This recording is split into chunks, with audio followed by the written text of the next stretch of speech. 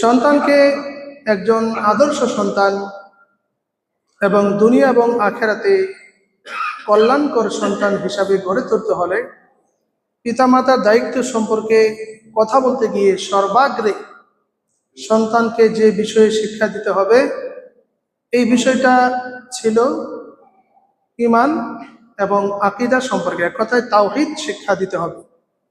রবকে চিনাতে হবে, সৃষ্টিকর্তাকে জানাতে হবে এবং শেষ নবীকে এটাও আমাদের চিনাতে হবে, জানাতে হবে।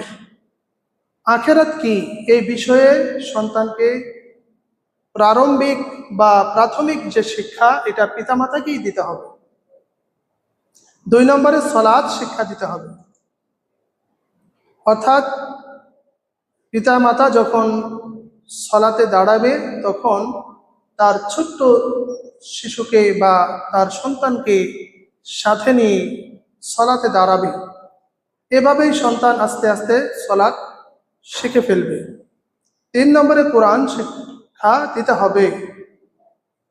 এই জন্যে প্রত্যেকটা বাবা মাকে প্রাথমিক যে শিক্ষা, যেই শিক্ষা অন্তত প্রত্যেকটা মুমিন নর এবং নারীর উপরে শিক্ষা করা ফরজে আইন, কমপক্ষে এতটুকু শিক্ষা করা প্রত্যেকটা মুমিন মুসলমানের উপরে ফরজে আইন, যতটুকু শিক্ষা গ্রহণ করলে অন্তত 5 ওয়াক্ত সালাত আদায় করা যায়, অন্তত কতটুকু কোরআনের শিক্ষা গ্রহণ করা প্রত্যেকটা মুমিন মুমিনার উপরে ফরজে আইন।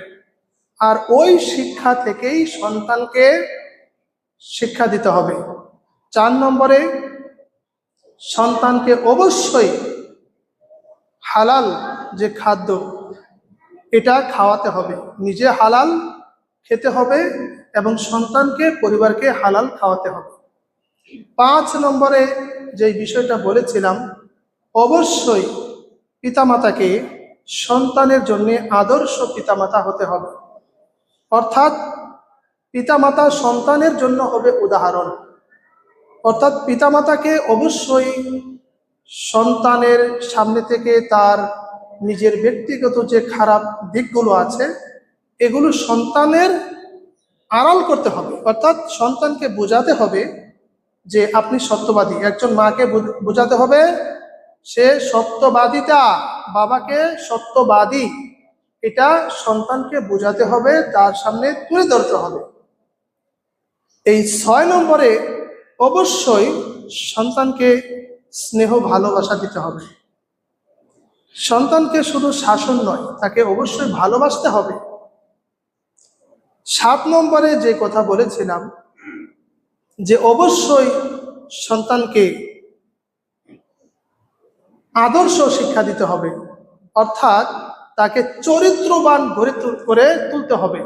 উত্তম চরিত্র, যেই চরিত্র দুনিয়া এবং আখেরাতে আল্লাহর রাসূল বলেছেন যে একজন পিতা তার সন্তানকে উত্তম চরিত্র শিক্ষা দানের চেয়ে আর কোনো বড় উপহার এই দুনিয়াতে নেই। এই জন্য উত্তম চরিত্র, 7 নম্বরে উত্তম চরিত্রটা সন্তানকে দিতে হবে, উত্তম চরিত্রবান করে সন্তানকে গড়ে তুলতে হবে। 8 নম্বরে যেই কথাটা বলেছিলাম এবং ওই 8 নম্বরে যেই আমার সংক্ষিপ্ত খুতবা ইতি টানতে হয়েছিল, আজকে 8 নম্বরটাই আবার তুলে ধরছি। 8 নম্বরে কি করতে হবে? একাধিক সন্তানের ক্ষেত্রে সুবিচার নিশ্চিত করতে হবে, অর্থাৎ ছেলে হোক মেয়ে হোক উভয়ের যে একটা হক আছে এই হকটা আদায় করতে হবে। যদি জীবদ্দশায় কোনো সন্তানকে সম্পদের কিছু অংশ লিখে দেয় তাহলে যেন ওই পরিমাণে নির্ধারিত অংশে প্রত্যেকটা সন্তানকে লিখে দেওয়া হয়। আর লিখে না দেওয়াটাই উত্তম বলেছিলাম। কেন? কারণ না দেওয়াটা উত্তম এজন্যে যে একজন পিতা তার মরে যাওয়ার পরে ওই তার রেখে যাওয়া সম্পত্তিতে সর্বপ্রথম ওই সন্তানের ওই সম্পদগুলো সে ভাগ হিসাবে বা বন্টন করার আগে ছেলে হোক মেয়ে হোক স্ত্রী হোক, ওই পিতার রেখে যাওয়া সম্পত্তিতে সর্বপ্রথম ওই পিতার জন্যে সন্তানদের করণীয় হলো যে পিতার যদি দুনিয়ার বুকে কোনো ঋণ থাকে, ওই ঋণগুলো যদি পরিশোধ করতে না পারে, তাহলে ওই সন্তানের উপরে ফরজে আইন হলো যে ওই পিতার রেখে যাওয়া সম্পত্তির এই ভোগ করার আগে বা দখল নেওয়ার আগে পিতাকে এবং মাকে এই ঋণ থেকে মুক্ত করা। বিশেষ করে পিতার কথাই আসছে, পিতাকে আগে ঋণ থেকে মুক্ত করতে হবে, এরপরে পিতার সম্পত্তি ভাগ করতে হবে বা ভাগ করে নিতে হবে। এর আগে সন্তান যদি পিতার রেখে যাওয়া সম্পত্তিতে হস্ত বা মানে সে হাত দেয় অথবা এগুলো সে নিয়ে নেয়, এটা তার জন্য হালাল হবে না, বৈধ হবে না। এটা আমাদের ভালো করে খেয়াল করতে হবে। 8 নম্বর বিষয়টা অত্যন্ত জটিল, যে একজন পিতা অবশ্যই তার মৃত্যুর আগে কোনো সন্তানকে সম্পদ লিখে না দেওয়াটাই উত্তম।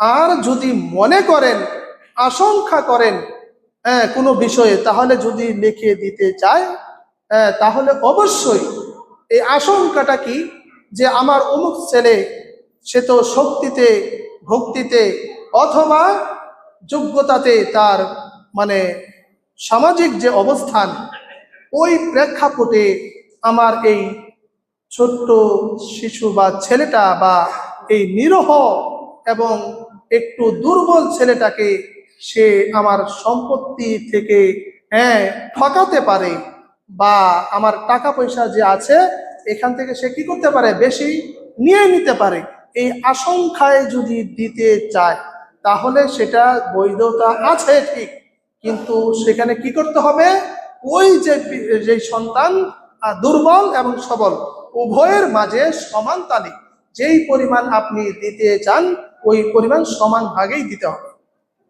এটাই ইনসাফ, এটাই আদেল, এই ইনসাফটা করতে হবে। প্রিয় নবী এই জন্য বলেছেন কি, সহিহ বুখারীর হাদিস 2587 নম্বর হাদিস, আল্লাহ রাসূল কি বলেছেন, আত্তাকুল্লাহ, তোমরা আল্লাহকে ভয় করো, ওয়াদিলু বাইনা আহলিকুম আওলাদিকুম বাইনা আওলাদিকুম, ওয়াদিলু, তোমরা ইনসাফ করো, সুবিচার করো, ন্যায় বিচার করো, আওলাদিকুম বাইনা আওলাদিকুম, তোমাদের সন্তানদের প্রতি, অর্থাৎ সন্তানদের উপর সুবিচার নিশ্চিত করা, একজনকে বেশি দিয়ে আরেকজনকে বঞ্চিত করা, একজনকে ভালোবেসে আরেকজনকে অবহেলা করা, এটা বাবা মার জন্য কোনোভাবেই উচিত নয়, এটা ঠিক নয়, এটা ইসলাম সমর্থন করে না। এই জন্য প্রিয় নবী বলেছেন, সন্তানদের প্রতি তোমরা অবশ্যই অবশ্যই সুবিচার নিশ্চিত করবে। 9 নম্বরে, একজন আদর্শ সন্তান গঠনে পিতামাতার যে দায়িত্ব সেটা হলো অবশ্যই সন্তানের প্রতি পিতামাতার খেয়াল রাখতে হবে ওই বিষয়টার উপরে। কোন বিষয়? সন্তান যেন খারাপ সঙ্গের সাথে মিশে না যায়, অর্থাৎ খারাপ সঙ্গ থেকে সন্তানকে বিরত রাখতে হবে, ফিরাতে হবে। শুধুমাত্র আজকের যুগে সন্তানকে রাস্তার খারাপ ছেলেদের সাথে মিশা থেকে বিরত থাকাই নয়, বরঞ্চ রাস্তার খারাপ খাবার খাওয়া থেকে বিরত নয়, বরঞ্চ সন্তানকে লক্ষ্য রাখতে হবে এবং বিরত রাখতে হবে যে মোবাইল ফোনের অশ্লীল ভিডিও বা যে বিভিন্ন খারাপ দৃশ্য, এখান থেকে সন্তানকে বিরত রাখতে হবে। এটাও দায়িত্ব। অর্থাৎ সন্তান কার সঙ্গে মিশে, যার সঙ্গে মিশে ওইটা কি চরিত্রবান না চরিত্রহীন, সে কি আদর্শবান না আদর্শহীন, এই দিকে লক্ষ্য রাখতে হবে। এবং কোথায় যায়, যেই কাজে যেই জায়গাতে যাচ্ছে ওইটা কি নিষিদ্ধ জায়গা নাকি সেটা বৈধ জায়গা, এটা খেয়াল রাখতে হবে। এবং সন্তান তার মোবাইলের মধ্যে কি রেখেছে এই দিকেও ভিডিও, সেগুলো কেমন ভিডিও, সেটা কি শিক্ষামূলক নাকি খারাপ কোনো কিছু, এই দিকেও সন্তান পিতামাতাকে লক্ষ্য রাখতে হবে। এটা হলো 9 নম্বর। তাহলে 9 নম্বরে আজকের যুগে সন্তানকে মোবাইলের খারাপ ভিডিও এবং খারাপ সঙ্গ এবং কোথায় যায় কি করে এই দিকে লক্ষ্য রাখতে হবে অবশ্যই। যদি সন্তানকে আদর্শবান সন্তান গড়ে তুলতে চান তাহলে 9 নম্বরে এই বিষয়টাকে গুরুত্ব দিতে হবে। 10 নম্বরে একজন আদর্শ সন্তান গঠনে পিতামাতার যে দায়িত্ব কর্তব্য সেটা হলো অবশ্যই অবশ্যই সন্তানদেরকে সময় দিতে হবে, সন্তানদের সাথে কিছু সময় কাটাতে হবে। শুধু টাকা পয়সা দিয়ে সন্তানের দায়িত্ব পালন করা যায় না। টাকা পয়সা দিয়ে দিলাম, যা চাইলো তাই দিলাম, যেখানে খুশি সেখানে যাওয়ার অনুমতি দিলাম, কিন্তু নিজের থেকে নিজের সময় থেকে কিছু সময় সন্তানকে আমি দিলাম না, তাহলে সন্তানের দায়িত্ব আমি পালন করতে পারলাম না, যথাযথ দায়িত্ব পালন করতে পারলাম না। এই জন্য দুনিয়াতে আমাকে অবশ্যই এর খেসারত দিতে হবে। আমরা দিচ্ছিও তাই। অনেক ধনী মানুষ তারা তাদের সম্পদের বিরাট একটা অংশ সন্তানদের জন্য, স্ত্রীদের জন্য খরচ করে থাকে ঠিক, তারপরেও সন্তান এবং স্ত্রী থেকে কোনো পরিমাণ সহানুভূতি, ভালোবাসা বা সম্মান সে পায় না। কারণ কি? কারণ ওই যে তার অর্থ গিয়ে কোথায় নিয়ে যায়, কোথায় কি করে, সেটা কোন কাজে ব্যয় করে, এই দিকে একটু লক্ষ্য রাখে না। বরঞ্চ তার উচিত ছিল যে ছুটির দিনে অথবা একটু সময়, এই মানে সন্তান স্ত্রীদের জন্য একটু সময় আলাদা করে নিয়ে তাদেরকে সাথে নিয়ে ঘুরতে যাওয়া অথবা ভালো ভালো কিছু প্রাকৃতিক দৃশ্য এগুলো দেখানো, বা তাদেরকে ভালো ভালো কিছু ঘটনা, শিক্ষামূলক ঘটনা তাদের সামনে উপস্থাপন করে একটু সময় দেওয়াটা পিতামাতার প্রতি সন্তানের হক, সন্তানের দায়িত্ব ছিল। তাহলে 10 নম্বর আমরা কি পাইলাম? সন্তানকে নিজের জীবন থেকে কিছুটা হলেও সময় দিতে হবে। ওই সময়ের মধ্যে সন্তানের সাথে কথা বলবেন, আপনি একটু হাসি খুশি কথা বলবেন, ভালো শিক্ষামূলক কিছু ঘটনা বলবেন, একটু ঘুরতে যাবেন, আল্লাহর এই পৃথিবী সুন্দর, এই পৃথিবীটাকে আপনি তাকে ঘুরিয়ে দেখাবেন। তাহলে এই সন্তান আদর্শবান সন্তান হবে। এই সন্তান যখন আপনার জীবন থেকে, আপনার নিজের মূল্যবান সময় থেকে আপনার পরিবারের জন্য, আপনার সন্তানের জন্য আপনি কিছুটা সময় দিলেন, এই সন্তান আপনাকে বৃদ্ধাশ্রমে ফেলে আসবে না, আসতে পারবে না। কারণ আপনি তো আপনার মূল্যবান সময় থেকে আপনার সন্তানকে, আপনার স্ত্রীকে বঞ্চিত করেন নাই। তাহলে ওই সন্তান, ওই স্ত্রী কি করে আপনাকে বৃদ্ধাশ্রমে রেখে আসতে পারে? সে থাকতেই পারবে না, আপনাকে না দেখে সে থাকতেই পারবে না। এই জন্য এই বিষয়টাকেও গুরুত্ব দেওয়া উচিত। এই জন্য সবার উচিত সন্তান, স্ত্রী এদেরকে একটু সময় দেওয়া। আপনি যত ব্যস্ত মানুষই হন না কেন, যত ব্যস্ত মানুষ হন না কেন, কারণ এই দুনিয়াতে ব্যস্ত মানুষদেরকে আমরা যাদেরকে চিনি, তার মধ্যে যারা রাষ্ট্রপ্রধান থাকেন এবং যারা নবী থাকেন, রাসূল থাকেন, নবী রাসূলদের চেয়ে এত ব্যস্ত মানুষ এই পৃথিবীতে আর দ্বিতীয়টা নাই। এই নবী রাসূলরা পর্যন্ত তাদের স্ত্রীদেরকে, তাদের সন্তানদেরকে সময় দিয়েছেন কিনা? দিয়েছিলেন। সুবহানাল্লাহ। এই জন্য 10 নম্বরে আপনার সন্তানকে, আপনার স্ত্রীকে আপনি সময় দিবেন। 11 নম্বর, সন্তানের জন্য দোয়া করতে হবে। সন্তানের জন্য কি করতে হবে? দোয়া করতে হবে। সন্তান যদি খারাপ কিছু করে, খারাপ পথে চলে যায় অথবা খারাপ কিছু করে, তাকে শুধু বকাঝকা করবেন, শাসন করবেন, বিষয়টা এমন নয়।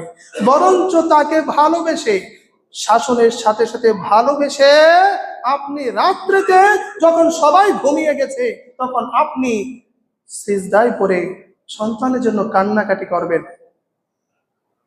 আমাদের মুসলিম মিল্লাতের পিতা ইব্রাহিম আলাইহিস সালাতু ওয়াস সালাম যেটা করেছিলেন, সূরা ফুরকান আয়াত নম্বর ৭৩, আল্লাহ কি বলেছেন শুনে, ওয়াল্লাযীনা ইয়াকুলুনা রাব্বানা হাব লানা মিন আজওয়াজিনা ওয়া যুররিয়্যাতিনা কুররাতা আ'য়ুনিন ওয়াজআলনা লিল মুত্তাকিনা ইমামা। আল্লাহ বলছেন ওয়াল্লাযীনা ইয়াকুলুনা, যারা বলে, ইয়াকুলুনা রব্বানা, হে আমাদের প্রতিপালক,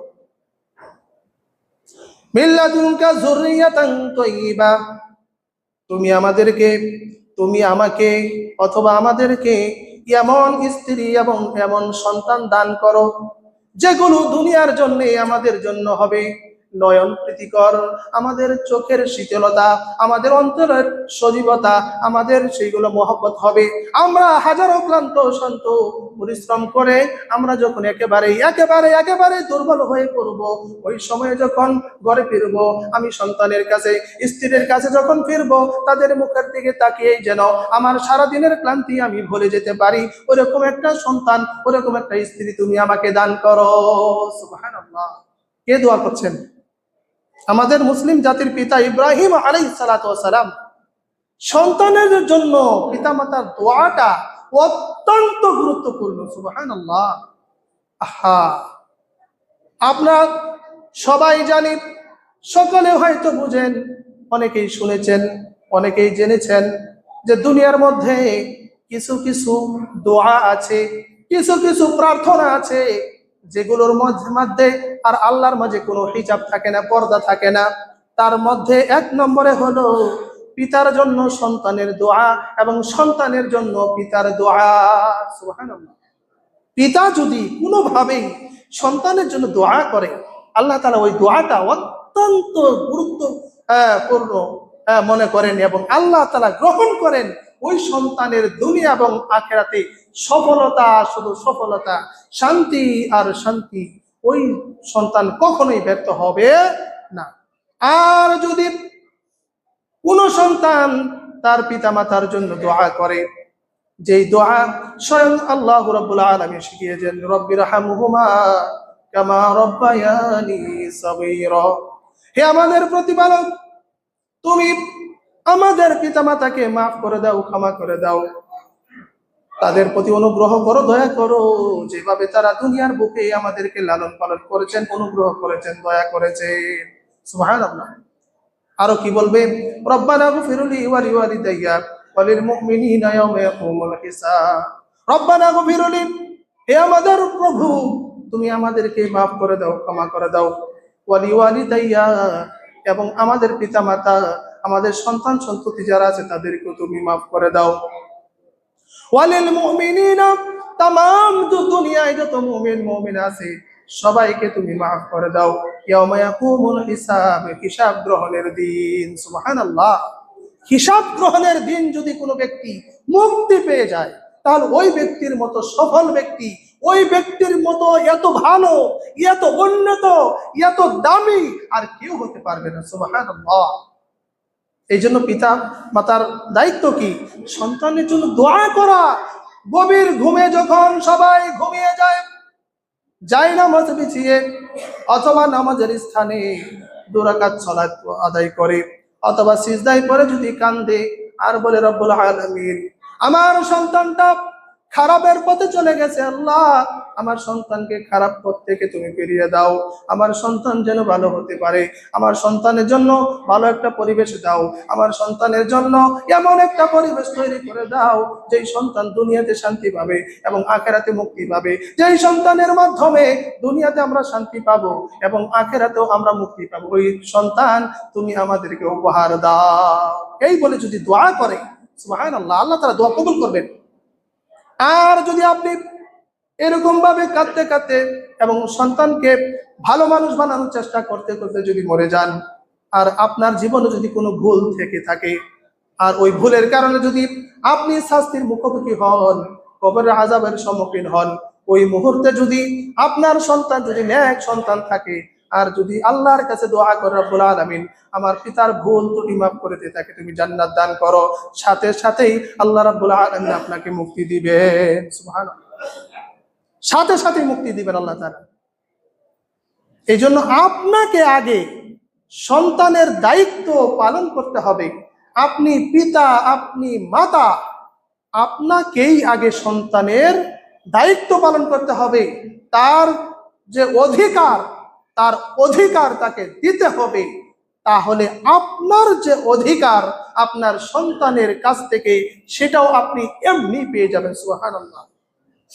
আপনারা তো সবাই জানেন যে দুনিয়াতে একজন মানুষের জন্য যখন মরে যায়, তখন তার আমল মানে কি, নেকির যত খাত আছে সব বন্ধ হয়ে যায়, আমলের যত দরজা আছে সব বন্ধ হয়ে যায়। তিনটা দরজা ব্যতীত বা তিনটা আমল ব্যতীত আর সব তার আমল, নেকির রাস্তা বন্ধ হয়ে যায়।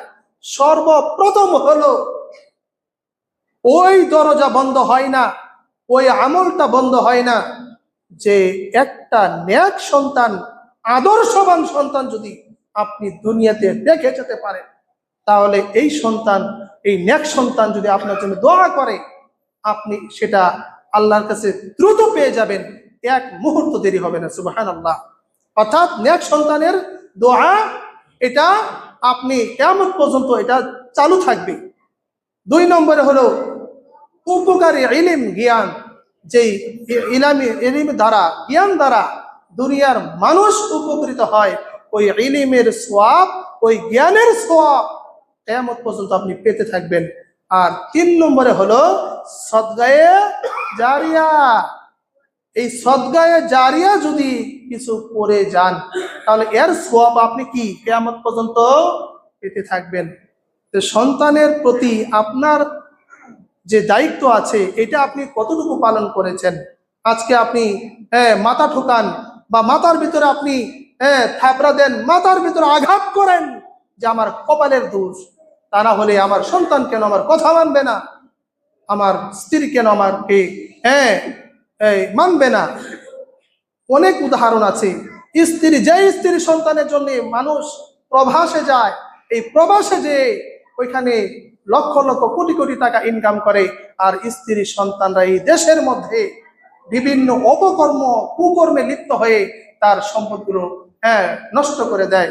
কিছুদিন আগে, মাত্র কয়েকদিন আগে, একজন প্রবাসী যে প্রায় 20-30 বছর বা 25 বছর জীবন থেকে প্রবাসে কাটিয়েছেন, ওই প্রবাসী স্বামী দেশে আসছে, আসার পরে দেখছে মানে স্বামী অসুস্থ হয়ে গেছে, তার কিডনি সমস্যা হয়েছে, এটা আর অনেক টাকা খরচ হবে।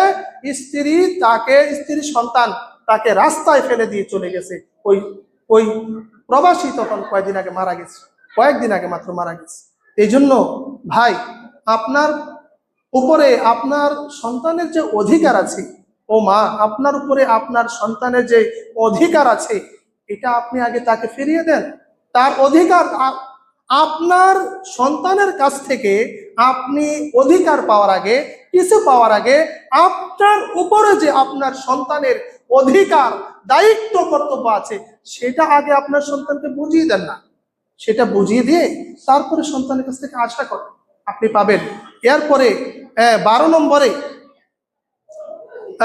11 নম্বর কি বললাম, সন্তানের জন্য দোয়া করতে হবে। 12 নম্বরে সন্তানের দুনিয়া এবং আখিরাতকে নিয়ে আপনাকে চিন্তা করতে হবে, আপনাকে প্ল্যান করতে হবে। আপনি প্ল্যান করেন শুধু দুনিয়া নিয়ে, আমার সন্তান দুনিয়াতে কেমনে চলবে, আমার মৃত্যুর পরে আমার সন্তান কিভাবে সংসার পরিচালনা করবে, সে কি খাবে, কোথায় থাকবে। এই চিন্তার সাথে সাথে আপনাকে এই চিন্তাও করতে হবে, আমার সন্তান দুনিয়াতে যেমন সফল সন্তান, আখিরাতেও আমার সন্তান কি করে জান্নাতের উচ্চ মাকামে আমার সন্তান আমার পাশাপাশি থাকবে, ওই নিয়েও চিন্তা করা আপনার দায়িত্ব এবং কর্তব্য। চিন্তা করতে হবে আপনাকে, আমার সন্তান দুনিয়াতে ডাক্তার, ইঞ্জিনিয়ার, বড় ব্যবসায়ী হয়ে অনেক টাকা পয়সার মালিক হয়েছে, আপনি নিজেকে অনেক ধন্য মনে করছেন, কিন্তু এখনো আপনি ধন্য বা সৌভাগ্যবান ব্যক্তি হতে পারেন নাই, আদর্শ পিতামাতা আপনি হতে পারেন নাই, যতক্ষণ পর্যন্ত কিয়ামতের মাঠে যেদিন দুনিয়াতে সবাই সবাইকে অস্বীকার করবে, ওই কঠিন মুহূর্তে যদি আপনার সন্তান আপনাকে ভুলে যায়, আপনার কঠিন বিপদের দিনে আপনার সন্তান আপনার জন্য আরো ভয়াবহ কঠিন হয়ে যায় এবং আপনার আযাবের কারণ হয়, আপনার মুক্তির কারণ না হয়, তাহলে আপনার মতো এত বড় ব্যর্থ ব্যক্তি আর দুনিয়া এবং আখিরাতে নাই। আপনি চিন্তা করবেন যে দুনিয়াতে এই সন্তান যেমন হলো, আখিরাতে এই সন্তান দ্বারা সন্তান নিজে জান্নাতে জায়গা করে নিতে পারবে কিনা, আবার এই সন্তানের জন্য আমি নিজে জান্নাতে হতে পারবো কিনা, এই বিষয় চিন্তা করাটাও আপনার দায়িত্ব এবং কর্তব্য। এটা আপনি করবেন। সংক্ষিপ্তভাবে বলে শেষ করে দিচ্ছি আর দুইটা পয়েন্ট। আপনার 13 নম্বরে চিন্তা করতে হবে আপনার সন্তানের বিবাহ, অর্থাৎ আপনার সন্তান যখন বিবাহযোগ্য হয় তখন ভালো একটা পাত্র দেখে ওই পাত্রীর টাকা পয়সা, ওই পাত্রীর বাপের টাকা পয়সা, ওই পাত্রীর নিজের চাকরি, নিজের ব্যবসা, এগুলোর দিকে লোভ না করে বরঞ্চ একজন কন্যাকে, একজন স্ত্রীকে আদর্শবান স্ত্রী পাওয়ার জন্য ইসলাম যে নিয়ম বা যে পদ্ধতি বা যে ছবি আপনাকে দেখিয়েছেন ওই দিকে ফলো করা। লিমালিহা জামালিহা দিনিহা আসাদিয়া, অর্থাৎ তার আপনি সর্বপ্রথম তার দেখবেন কি সৌন্দর্য, তার সৌন্দর্য, 2 নম্বরে দেখবেন তার বংশমর্যাদা, 3 নম্বরে দেখবেন তার কি সম্পত্তি, 4 নম্বরে দেখবেন তার কি ওই দিনদারি। তাহলে সৌন্দর্য, বংশ, টাকা পয়সা এবং দিনদারি, এবং এই দিনদারিকেই প্রিয় নবী সাল্লাল্লাহু আলাইহি সাল্লাম প্রাধান্য দিতে বলেছেন। আপনারা ভালো করে জানেন ওমর রাদিয়াল্লাহু তাআলা আনহু, যিনি দেশের প্রেসিডেন্ট হয়েও, খলিফা হয়েও, এত বড় মানের একজন ব্যক্তি হয়েও তার ছেলে আব্দুল্লাহকে বিবাহ করিয়েছিলেন শুধুমাত্র একেবারে নিঃস্ব গরিব একজন দোদলি গোয়ালিনীর মেয়েকে। ঠিক না? কথা বলে ঠিক না? ওই গোয়ালিনীর ঘরেই বিশ্ব ছাড়া মুজাদ্দিদ তৈরি হয়েছিল, যা উমর ইবনে আব্দুল আজিজ রাদিয়াল্লাহু আনহু। এত বিশাল বড় মানের সাহাবী তৈরি হয়েছিল, এত আলেম তৈরি হয়েছিল। এই জন্য আপনি টাকা পয়সা, চাকরি বাকরি, সৌন্দর্য এবং বংশমর্যাদা এগুলো দেখবেন, এটা আপনার জন্য বৈধতা আছে, কিন্তু এইগুলো দেখতে গিয়ে দিনদারিকে আপনি গুরুত্বই দিবেন না, এটা কোনোভাবেই কল্পনা করা যায় না। তাহলে 15 নম্বরে সন্তানকে বিবাহযোগ্য যখন হবে তখন তাকে বিবাহ দিবেন। মেয়ে হলেও ভালো একটা ছেলের হাতে তুলে দিবেন, যে ছেলের আছে দিনদারি, ইমানদারি, পরহেজগারি এবং উত্তম চরিত্র।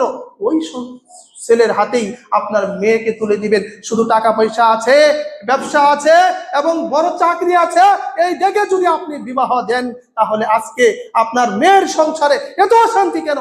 টাকা পয়সা কোনো দিক দিয়ে অভাব নাই, কিন্তু তারপরে আপনার মেয়ে কাঁদে। টাকা পয়সার কোনো দিক দিয়ে অভাব নেই, তারপরেও আপনার মেয়ের চোখে পানি কেন? কারণ আপনি যেই দিকে লক্ষ্য করা উচিত ছিল ওই দিকে আপনি মোটেও লক্ষ্য করেন নাই, এই জন্য আপনার মেয়ের চোখে পানি। আপনি মনে রাখবেন, এই চোখের পানি শুধু দুনিয়াতে আপনাকে ব্যথিত করবে না, কষ্ট দিবে না, কিয়ামতের মাঠে, হাসরের ময়দানে ওই মেয়েটাও আপনার জন্য বিপদের কারণ হবে। বলি নাউযুবিল্লাহ। অবশ্যই সংক্ষিপ্ত আকারে কথা হলেও দুই দিকেই বিবেচনা করবেন, লক্ষ্য রাখবেন সন্তানের প্রতি আপনার যে হক রয়েছে এই দিকে আপনি অবশ্যই খেয়াল করবেন।